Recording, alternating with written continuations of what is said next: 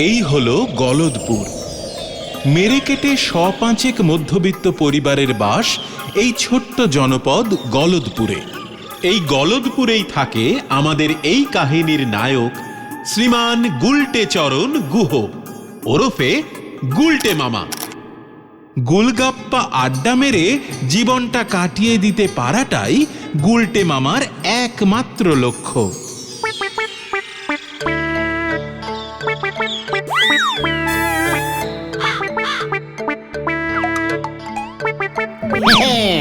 ঘটন পাঁচু, ইচ্ছে করলেই আড্ডা দেওয়া যায় না রে, আড্ডা মারতে জানতে হয়। ভেন্ডিটা এখনো এলো না? তোদের আমি পই পই করে কতবার বলেছি, একটা ডিসিপ্লিন না থাকলে ভালো আড্ডাবাজ হিসেবে জীবনে প্রতিষ্ঠিত হতে পারবি না। মানে ওটা ডিসিপ্লিন না, ওটা ডিসিপ্লিন হবে গুলটে মামা। ঘটন, এত বড় সাহস! তুই তোদের আড্ডা গুরুর ভুল ধরিস। ক্লাস 9-এ দুবার ফেল মেরে তো আর স্কুল মুখ হসনি। গুলটে মামা, ওই যে ভেন্ডি আসছে।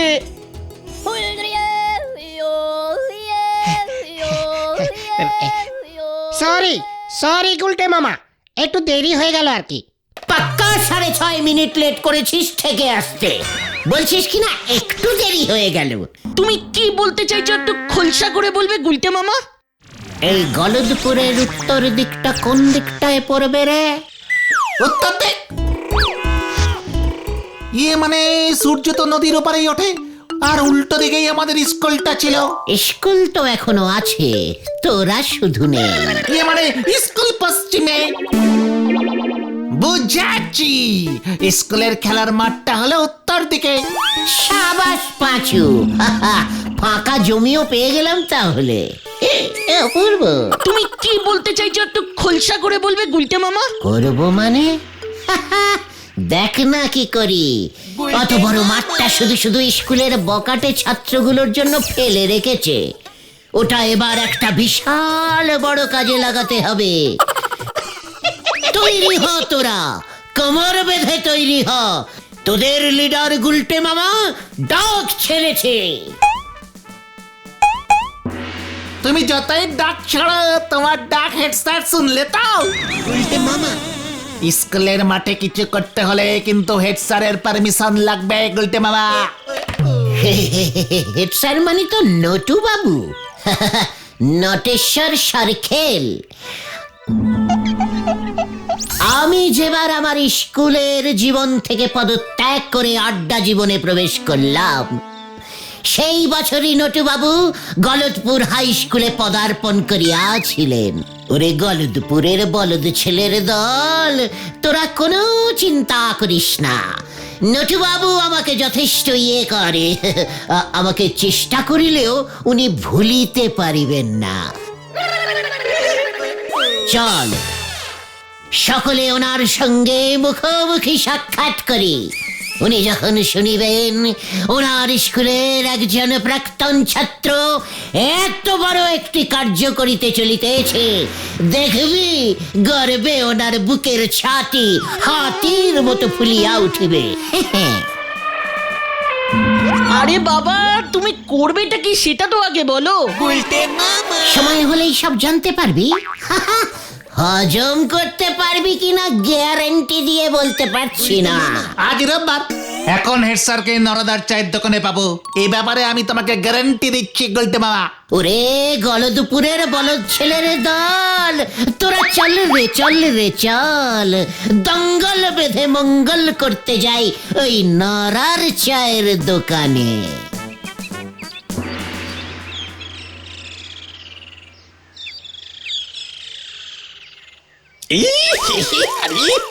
আরে বাপ রে বাপ, নোরা এটা কি?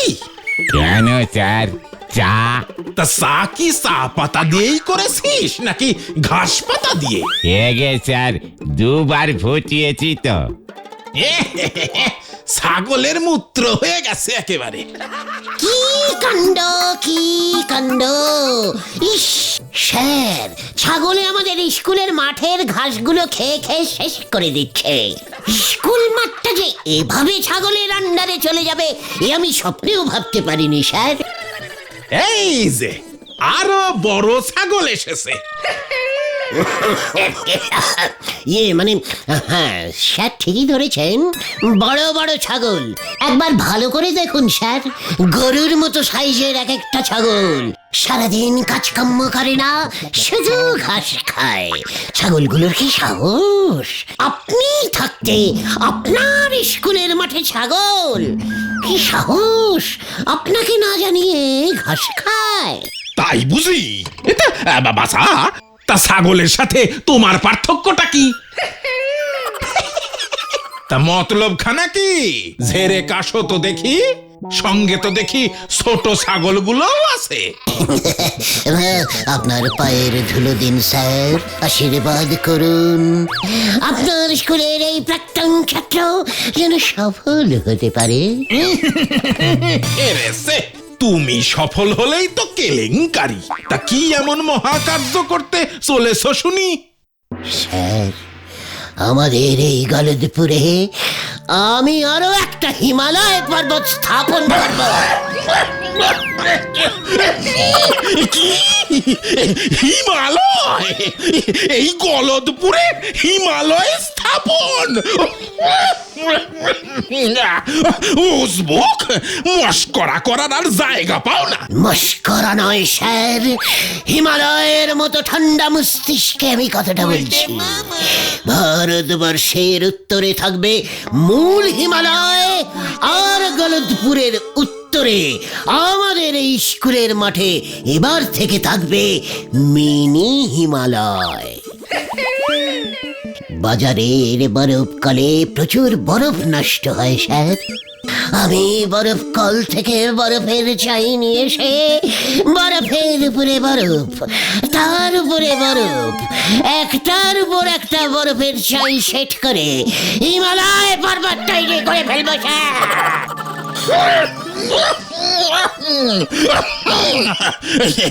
নরা, নরা, এক গ্লাস ঠান্ডা জল দে ভাই। হিমালয় দিচ্ছি, এই ভাই জল দিচ্ছি। দেখেছিস খতন, বলেছিলাম না হেড স্যার আমার প্ল্যানটা ঠিক বুঝবেন। হিমালয়ের কথা শুনে কেমন ঠান্ডা জল চাইছেন। স্যার, একদম চিন্তা করবেন না, আপনি শুধু স্কুলের মাঠটা ব্যবহারের পারমিশনটা দিয়ে দিন, তারপরেই আমরা কাজে লেগে পড়ব। গলদপুরে এবার যদি একটা হিমালয় পর্বত তৈরি করে ফেলতে পারি, তখন দেখবেন গলদপুরের জল হাওয়া কেমন ঠান্ডা হয়ে যায়। চারিপাশে ফুরফুরে ঠান্ডা হাওয়া বইবে, কুচি কুচি তুষার পড়বে, আপনি মাংকি টুপি পরে শাল জড়িয়ে স্কুলে আপনার ঘরে বসেই হিমালয়ের কোলে সানরাইজ দেখতে পাবে। সানরাইজ দেখতে পাবে। এ কি? আরে দাদু পড়ে গেছে! ও নরাদা, জল দাও, জল দাও!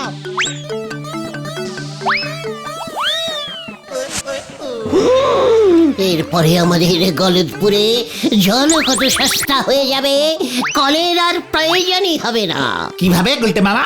আমার প্রতিষ্ঠিত গলদপুরি মিনি হিমালয়ের বরফ গলে জল হয়ে নদী সৃষ্টি হবে, আর সেই নদী গলদপুরের অলি গলি ঘুরে মানে নরার দোকানের পাশ দিয়ে, পাঁচুদের রান্নাঘরের পেছন দিয়ে, সারের বাড়ির উঠোনের উপর দিয়ে কুলকুল কুলকুল করে বয়ে যাবে। তখন হয়তো স্যার আপনি নৌকোতে চেপে চা খেতে খেতে স্কুলে যাবেন। কি মনোরম দৃশ্য! হরি বল, আর আমাদের চায়ের দোকানটার কি হবে? ওরে নোড়া রে, শীত পড়লে লোকজন এমনিতেই বেশি চা খাবে। তাছাড়া কত লোক যারা পয়সা খরচ করে আসল হিমালয় দেখতে যেতে পারে না, তারা এই গলদপুরের মিনি হিমালয় দেখে দুধের স্বাদ ঘোলে মেটাবে বলতো। সেই সব পর্যটকরা তো তোর চায়ের দোকানেই আসবে চা খেতে। জয় বাবা হিমালয় কি জয়। গুলটে মামা, স্যার কোনো কথা বলছেন না কেন? ও স্যার, স্যার, ও স্যার। স্যার, ও স্যার, স্যার। দেখেছিস ঘতন, গলতপুরে হিমালয় হবে শুনেই স্যার কেমন হিমালয়ান ঋষিদের মতন ধ্যানে বসে গেছে। এ কি, এই স্যারের ধ্যান না ভাঙলি আমি দোকান বন্ধ করব কেমন করে? স্যার, ও স্যার। বুঝবো তোর মাথায় এবার হিমালয় ভাঙবো আমি। যা যা, চোখের সামনে থেকে দূর হয়ে যা, দূর হয়ে যা বলে দিলাম। হত সারা, গুলতানি মারার আর জায়গা পাও না, বলে কিনা গলদপুরে হিমালয় তৈরি করব। এই খেয়েছে, হিমালয় তৈরি হবে না স্যার। না,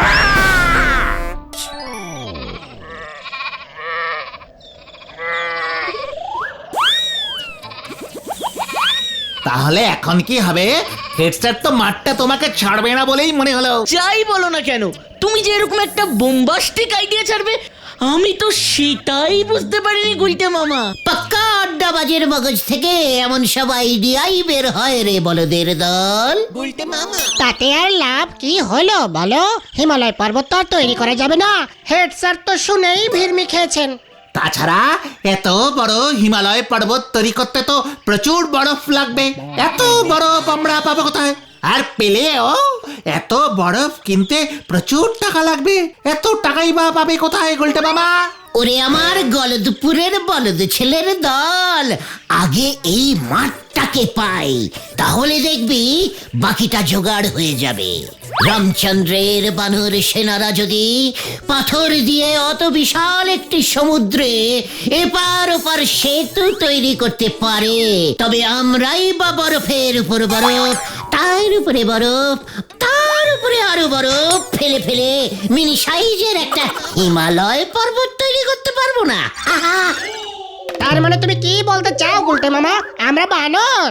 না, হাঙর, একদম ইডিয়েস্টিকের মতো কথা বলবি না বলে দিলুম ভেন্ডি।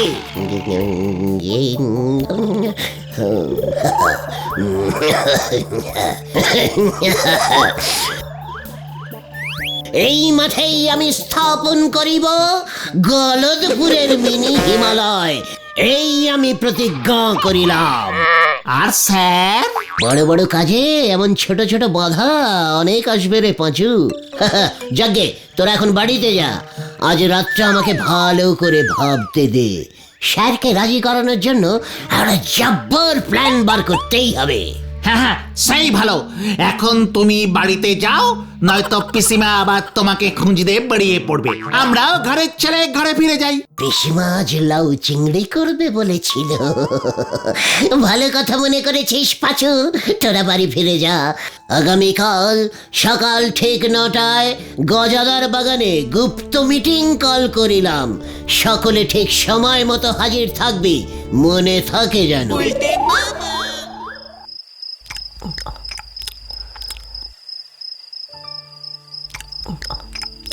এভাবে আর কতদিন চলবে বলতে পারিস গুলটে? তোর পিসে মশাইয়ের জমানো টাকা তো সব শেষ হয়ে আসছে, এবার তো কিছু একটা কাজকর্ম কর। আর বেশি দিন এভাবে চলবে না পিসিমা। একবারে শুধু হিমালয়টা তৈরি করতে দাও, তারপর দেখবে তোমার দুঃখের দিন শেষ। সারা পৃথিবী থেকে কতগুলো যে সোনার মেডেল পুরস্কার পাবো তা তুমি গুনেও শেষ করতে পারবে না পিসি। কি, তুই হিমালয় পর্বত তৈরি করবি গুলটে? তোর বাপমা যে কি জিনিস আমাকে দিয়ে গেছে তা যদি একবার ওরা দেখে যেত। তোর ঘাড়ে ভূত সত্যি সত্যি চেপেছে গুলটে। ওঝা ডেকে তোকে ঝাড়াতে হবে দেখছি এবার। কি কি কি কি কি কি কি বললে? ভূত? ইয়েস পিসিমা, ভূত। ভূত এবার সত্যি সত্যি চাপবে।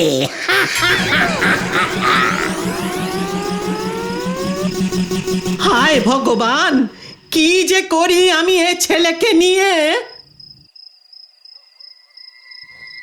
কাল সকাল হলেই ঘটনাদের প্ল্যানটা বলতে হবে। পিসিমা যে এমন একটা প্ল্যান বার করে দেবে এ আমি ভাবতেই পারিনি। ওই স্কুলের মাঠেই আবার হিমালয় তৈরি হবে, হবে হবে হবেই।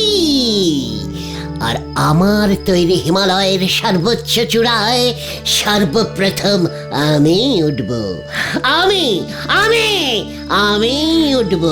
হা হা।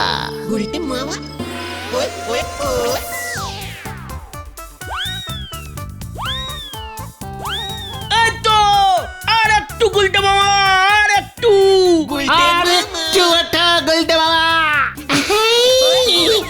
আমি আর পারছি না রে উঠতে।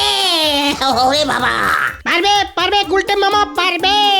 তোমার তৈরি হিমালয়ের চূড়ায় তোমাকেই প্রথম উঠতে হবে। এই স্লিপ কাটছে, এই গেলুম রে। ও বাবা, উড়ি বাবা রে, গোবরটা বুঝি গেল রে। উড়ি বাবা, আমি কি স্বপ্ন দেখলুম রে। ওরে বাবা,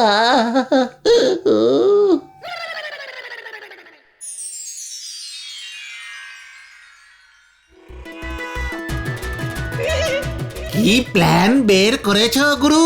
পায়ের ধুলো দাও তোমার গুলটে মামা, পকেটে নিয়ে ঘুরবো। এখনই এত উত্তেজনা ভালো নয় পাঁচু। বাকি কাজটা তো আমি করবো রে। মনে থাকে যেন রাত ঠিক 10টায়।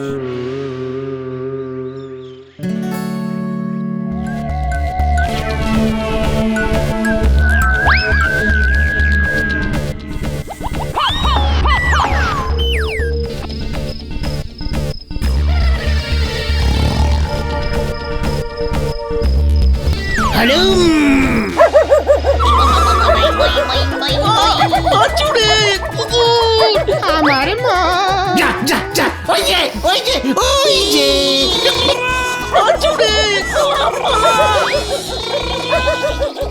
আরে বাপরে বাপরে বাপরে বাপরে বাপ, এই এত কুকুর ডাকে কেন এত রাতে?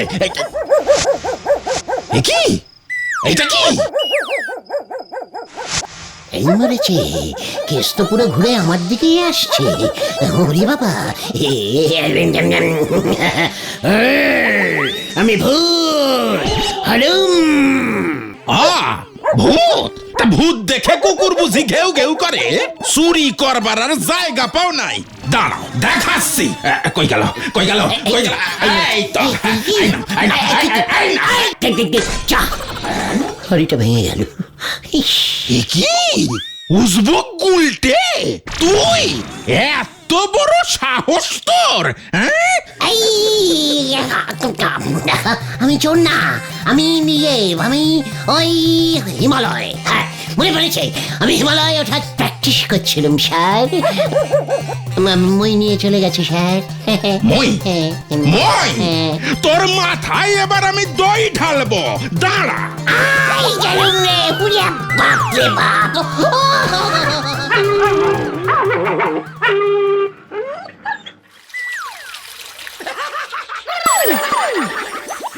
ওরে বাবা, বাঁচাও, বাঁচাও, বাঁচাও, বাঁচাইয়ে, বাঁচাইয়ে। ওরে বাবা, বাঁচাও, বাঁচাও, বাঁচাও, বাঁচাইয়ে, বাঁচাইয়ে।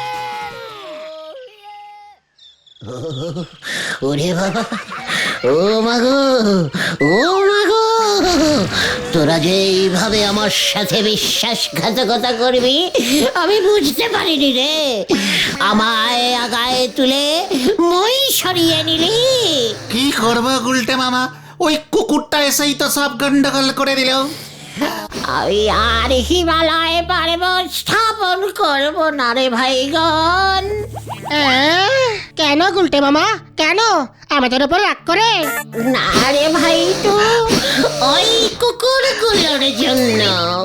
মানে সামান্য কুকুরের ভয়ে তুমি তোমার এত বড় একটা পরিকল্পনা বাতিল করে দেবে গুলটে মামা? ভয় না রে, ভয় নয়, ভালোবাসায়। মানে হ্যাঁ রে ভাই টুগন, ওই কুকুরটার রাগের কারণ আমি বুঝতে পেরেছি। কি কারণ গুলটে মামা? আমি যদি এই গলদপুরে হিমালয় পর্বত তৈরি করি, তবে যে গলদপুরে সবসময় কনকনে ঠান্ডা থাকবে। মানুষরা মানে তোরা সবাই তখন শাল, কম্বল, সোয়েটার, মাংকি টুপি পরে থাকবি, কিন্তু ওই কুকুরগুলো, ওই নিরীহ কুকুরগুলোর কি হবে তখন, সে কথা কখনো চিন্তা করেছিস? না তো। দরকার হলে এই কুকুরগুলোকেও সোয়েটার পরিয়ে দেব আমরা। ওইখানেই তো ওদের আপত্তি রে। বাবা গো, উফ, খুব ব্যথা। কাল রাতে ওরা তো আমাকে সকলে মিলে ঘিরে ধরে যখন ওদের এই দুঃখের কথাই বলছিল, তখন আমি ওদের বলেছিলুম যে বিনামূল্যে আমি ওদের সোয়েটার উপহার দেব, কিন্তু ওরা তো কেউ রাজি হলো না। কেন? পাছে সোয়েটার গায়ে চাপালে ওরা যদি ভেড়া হয়ে যায়, সেই ভয়ে। জয় আমাদের আড্ডা গুরুর জয়। গুরুদেব, পায়ের ধুলো দাও গুরুদেব। তাই তো এই অবলা কুকুরগুলোর জন্যই আমি আমার এই হিমালয় স্থাপনের মহান পরিকল্পনা বাতিল ঘোষণা করিলাম। কিন্তু কুকুরগুলো জানলো কেমন করে যে তুমি গলদপুরে হিমালয় পর্বত বানাতে চাইছো? ওরে গলদপুরের বলদ ছেলের দল, কুকুরের প্রাণ নয়, ঘ্রাণ শক্তি যে মারাত্মক তা তোরা জানিস না? হ্যাঁ জানি তো, তাতে কি? আমার গা দিয়ে যে হিমালয় পর্বতের সোদা সোদা ঠান্ডা ঠান্ডা গন্ধ বেরোচ্ছিল, সেটা ওরা আগেই টের পেয়ে গেছে।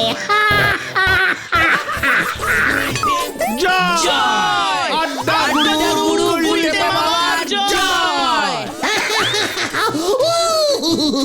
ওরে বাবা, ও বাবা, ও বাবা।